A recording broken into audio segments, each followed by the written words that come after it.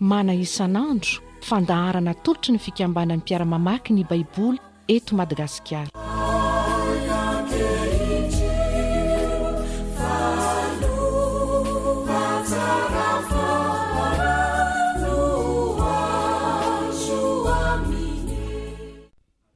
Miarabanao amin'ny anaran'ny tompondray. Tonga eto ny fiarahantsika mandinika ny tenin'Andriamanitra. Ary anio sika dia ijery ny Salamo 5:7 manomboka amin'ny andininy voalohany ka hatramin'ny farany. Salamo 5:7 no vakintsika, nefa alohan'izany dia mbola angataka ny fanahy masin'Andriamanitra isika mba hanomezany tompo antsika indray izay tokony ho antsika amin'izany tenin'Andriamanitra izany. Ivavaka isika. Andriamanitra renezay ny an-danitro, misaotra anao zahay noho ny famindramponao indray. Mianao zao fotoana zao azonay miara-mandinika ny teninao. Misaotra anao zahay fa na dia fa ho 3 taona anoany aza izao no nanoratana izany salamo izany. Mbola manan-kambara aminay ny teninao, satria ny lanitra sy ny tany tokoa no levona, fa ny teninao tsy ho levona mandrakizay. Ary noho izany ampiondray izay tompo mba handray izay tianao fantatray, izay tianao hampitaina aminay amin'ny afatry ny salamo, mba ho voninahitra mandrakariva raha io ny fiainanay manaraka ny sitraponao, araka ny teninao. Amin'ny anaranao ry Kristy tomponay no anaovanay izany vavaka izany. Amen. Salamo 5:7 vakintsika andininy voalohany hatramin'ny 3:10. Amin'ny anaran'ny tompontsika. Andriamanitro, tonga eto amin'ny lovanao ny jentilisa, ka nandoto ny tempolinao masina, sady nanao an'i Jerosalema ho korotam-bato. Ny faton'ny mpanomponao nomeny ho an'ny voromanidina, ny nofon'ny olonao masina ho an'ny bibidia. Na rany naidiny manodidina ny Jerosalema tahaka na rano, ary tsy nisy andevina. Tonga fandatsany namanay zahay, sady faneso sy fanakorana izay manodidina anay. Mandra-pahoviana Jehova no anontolo foy ianao, ka irehetra tahaka ny afo ny fahasari-piaronao. Aidino amin'ny jentilisa izay tsy mahalala anao ny fahatezeranao, sy amin'ny fanjakana izay tsy miantso ny anaranao, fa efa nandany an'i Jakoba izy ireo, sady nandrava ny finenany. Aza tsarovanao aminay ny eloko ny razanay, aoka ho afainganay tsenanay ny fiantrasanao, fa reraka indrindra zahay. Vonjeo zay ry Andriamanitra ny famonjenanay io, noho ny voninahitry ny anaranao, ary afaho zahay ka mamelà ny elokay noho ny anaranao. Nahoana ny jentilisa no anao hoe aiza Andriamaniny? Aoka ho fantatra amin'ny jentilisa eo masonay ny famalina ny rano ny mpanomponao izay nalatsaka. Aoka ho tonga eo anatrehanao ny fiseton'ny mpifatotra, araky ny alehiben'ny sandronao, dia arovy tsy ho faty ny zanaky ny fahafatesana. Ary valio impitoeny ho antratra ny mifanila fonenana aminay, ny fanaratsiana izay nanaratsiany anao tompo. Fa izay olonao, olona sy ondry fiandrinao, dia isaotranao mandrakizay hatramin'ny taranaka fara mandimby no ilazanay ny fiderananao.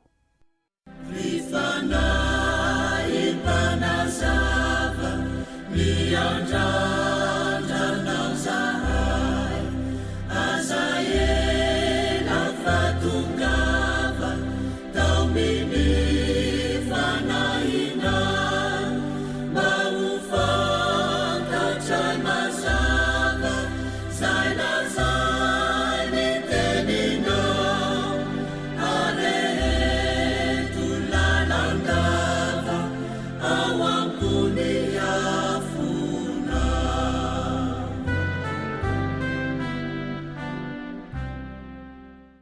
Salamo nosoratany Asafa izany salamo zany ry havana. Ary inona ny fahamarinana ambarany?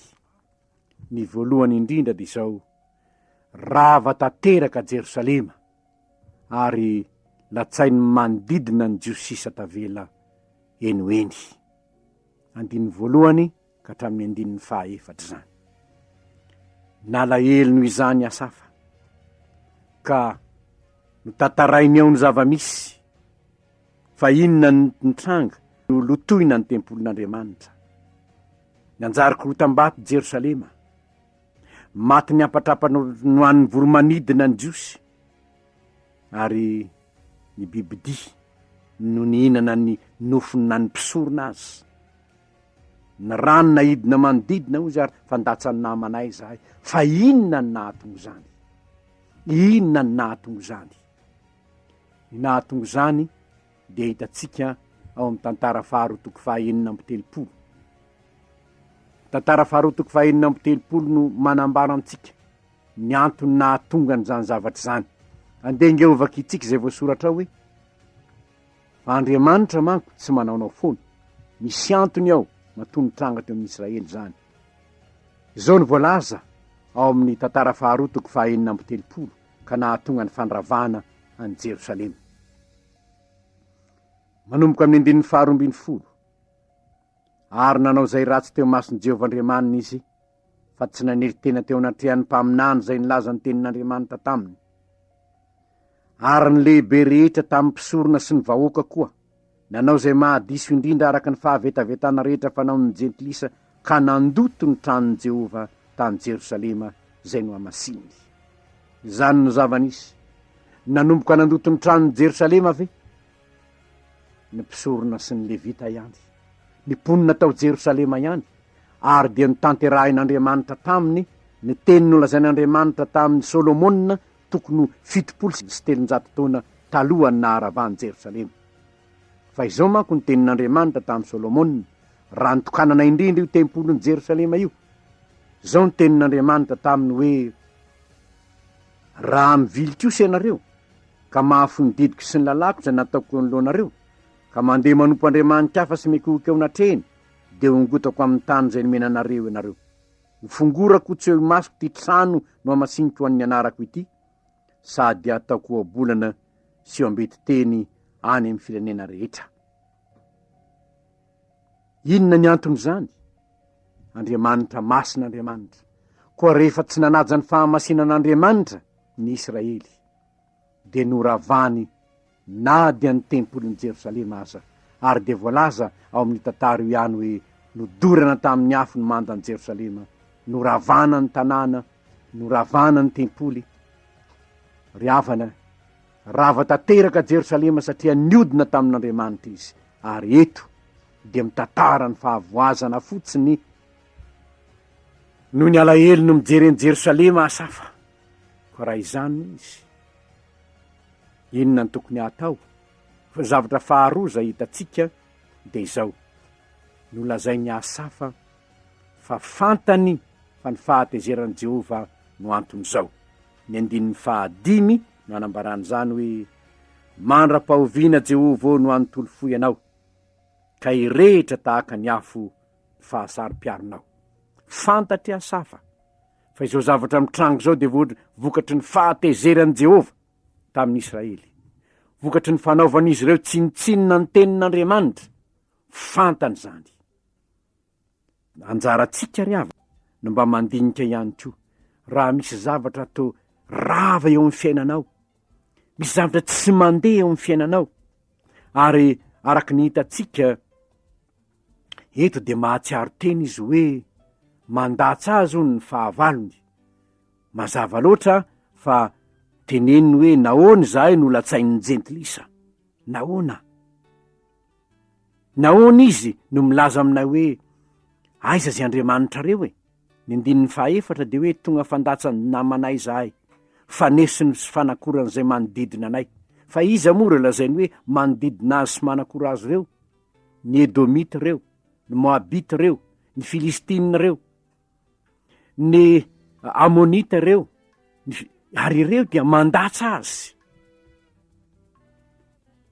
rehefa manota ny olona dia manjary mivesatra ny vokatry ny fahotana izy ka toa tsy mahavonjy azy na dia Andriamanitra aza.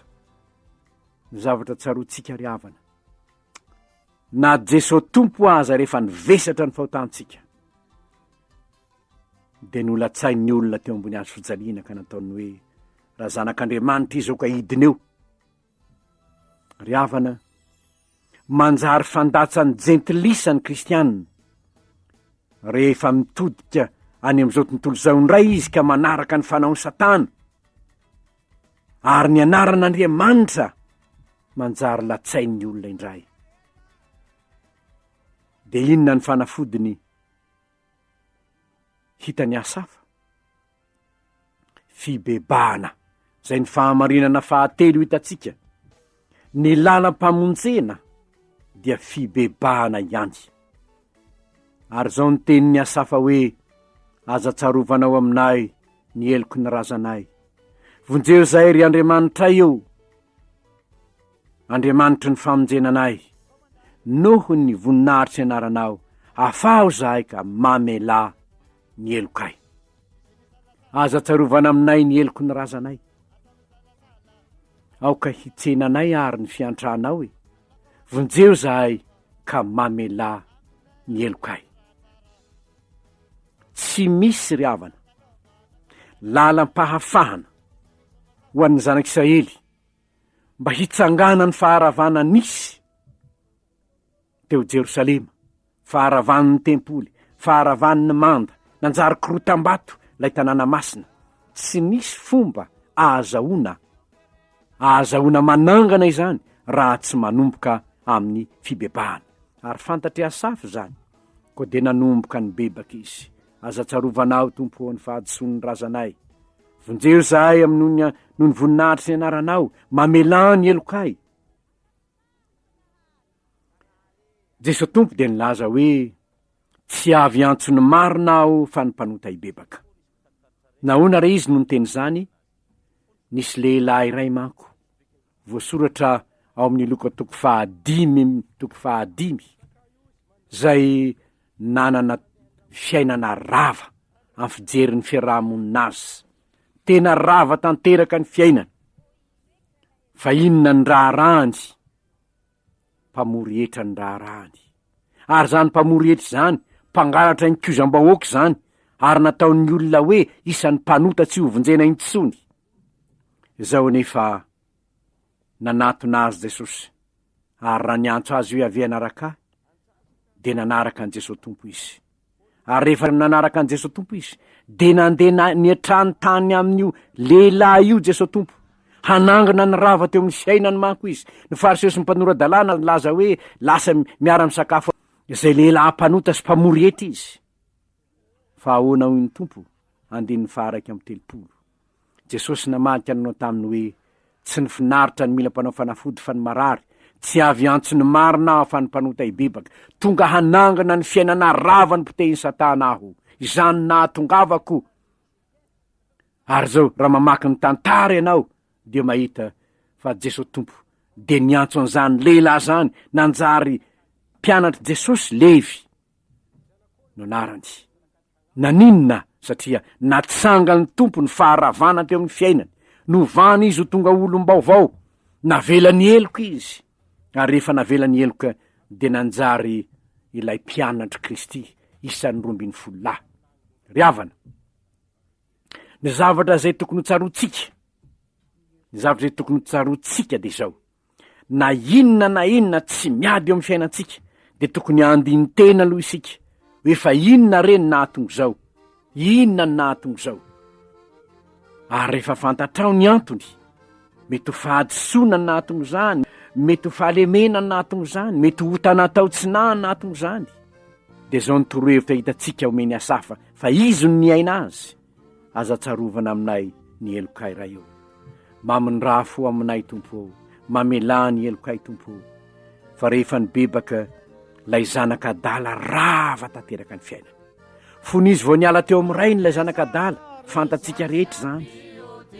Nanam-bola be, nanan-karena be, nitafy tsara, nanana zay na izy azy ary zany arena be nitakina tamin'ny rainy zany ny fitafiana tsara ny teny am-pelatanany. Eny azo heverina ihany to fa niperatry ny fianakaviana amin'ny mahazanaka azy de teny aminy ihany to raha niala teo amin'ny ray izy. Lasa mpiandriky soa nefa izy rehefa niala tao. Nanara-po tamin'ny fahafinaretana teo amin'izao tontolo zao, lasa mpiandriky soa voroki-tsay sisa noentina mody makany amin'ny rainy. Haniky soa aza nefa nohaniny. Rava tanteraka ny fiainan'ilay zanaky ny mpanan-karena. Podika tanteraka ary nandatsy azy ny zavatra rehetra nojereny no ny tonga saina izy.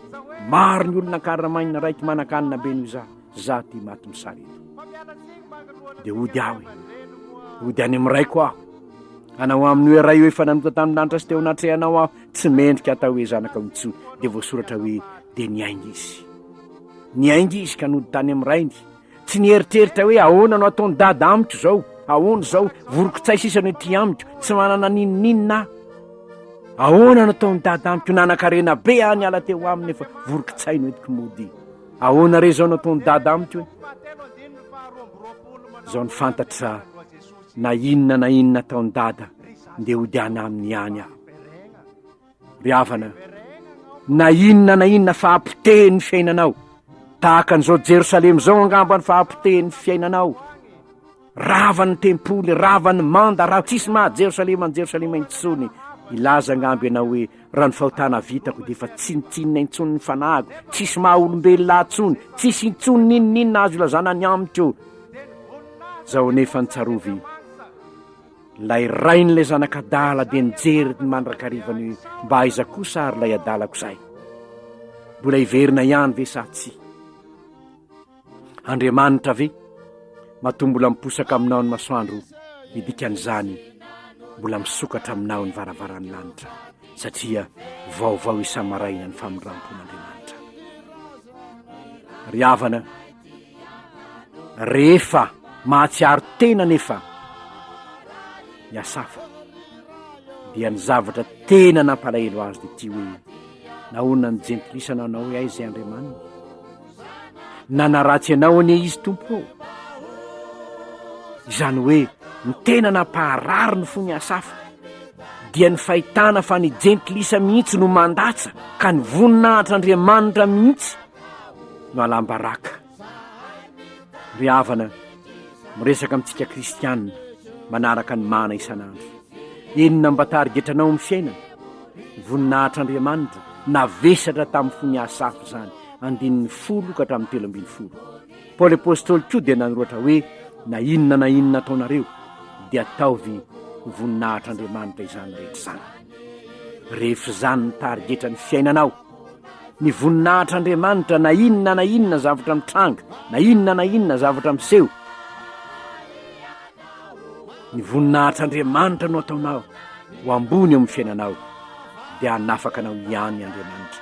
Valiny vavaka zay nasandratry hasafa izao, valiny zao vavaka nasandratry hasafa izao dia azontsika jerena ny tantaran'i Israely fa niaino zany vavaka zany Andriamanitra ary tsy hasafa ihany fa maro noho ny vavaka ny amin'ny Jerosalema ary niverina tamin'Andriamanitra dia nanangana mpanjaka Andriamanitra naniraka any Ezra hanangana indray ny tempolin'ny Jerosalema, naniraka Emilien hanangana indray ny manda any Jerosalema, hamerina indray ny maha Jerosalema any Jerosalema.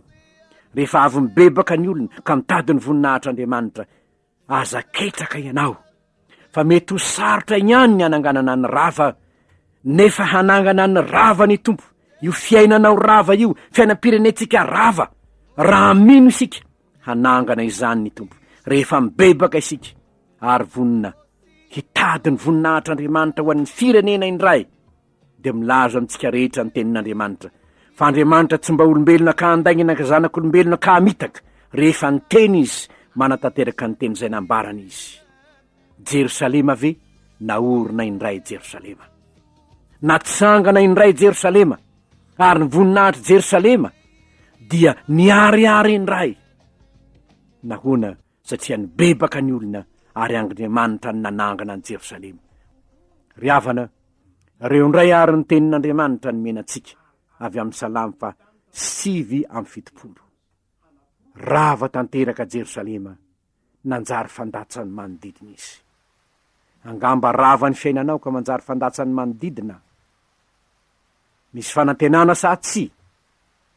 Misy ny fanantenana rehefa mahatsiaro tena ianao fa hoe mila fibebana aho satria mety ho vokatry ny fahadalako ny nahatongo zao, ny faharatsiko ny nahatongo zao, ny fanosirako n'Andriamanitra ny nahatongo zao, ny fialako tamin'ny tenin'Andriamanitra ny nahatongo zao. Ary noho izany misy ny famelan-keloka ao anao, nambarantsika teo le zanakadala. Ary moa tsy iramamitsika loatra ve le hoe nandao anao hoe laho Raiko zao de te ody aho. Ary rehefa zany, rehefa nodikosy ianao ka efa manangana ny rava eo amin'ny fiainanao ny Tompo, efa manangana tsikelikely ny rava eo amin'ny fiainanao ny Tompo, de tokana ihany tokony ho tarigetranao. Tahaka izay aseho ny asafa amintsika eto hoe ny voninahitrao Andriamanitra, ny voninahitrao ihany no zava-dehibe indrindra aminay. Na inona ataonao, atao ho voninahitr'Andriamanitra izany rehetra zany. Fa na dia ampidirin'ny olona any an-tranomaizina tahaka ny Paoly sy Silasy azy ianao, haneho ny voninahiny aminao Andriamanitra rehefa nahay ny derazy tao anaty sasakalina any anaty tranomaizina Paoly sy Silasy. Mpanao Salamo eto de milaza hoe fezay olonao hisaotranao mandrakizay hatramin'ny taranaka faramandimbo izy de ho lazanay ny fiderananao. Raha manana zany etaety zany ianao, aza matahotra fa Andriamanitra tsy miova io Andriamanitra io. Ny Andriamanitra Iasafa ihany no Andriamanitsika, ny Andriamanitra Abrahama ihany no Andriamanitsika. Ary sambatra isika manana azy hitokina amin'ny zavatra rehetra. Ary noho izany anio aho te hitarika manokana anao zay mahatsiaro tena hoe manana fiainana rava, hivavaka ho anao. Nefa koa ianao mba tiako hanaraka izao vavaka izao, hivavaka isika araho ao aneritreritra ao mangina na mitenena mihitsy ka araho zao vavaka izao mba hanangana n'Andriamanitra ny rava eo amin'ny fiainanao. De hiara-mivavaka ao ny firenena koa isika mba hiseho eto amin'ny firenentsika ny voninahitr'Andriamanitra. Hivavaka isika ary de hoy aho hoe araho zao vavaka ataoko zao, naiza misy anao araho zany mba hiombombavaka eo amin'ny tomposika ho voninahitr'Andriamanitra. Misaotranao zahay Andriamanitra raina io fa ny fitiavanao nahazoanay nandre ny teninao. Misaotranao zay ny amin'ny Asafa nahatsiaro nalahelo fa rava Jerosalema. Andriamanitra, ny fiainako ny Jerosalema rava, ny fiainako ny mila fananganana, mamindrafo amin'ny fahotako rehetra ianao, mamelany eloko Andriamanitra. Atsangano aho ho tempolinao, atsangano aho ho zanakao noho ny amin'ilay Jesosy Tompoko maty ny solo elokady eo ambony hazo fijaliana. Fa manomboka anio ny voninahitrao no katsahiko. Misaotra Andriamanitra noho ny famindramponao. Amin'ny anaran'i Jesosy Tompo. Amen.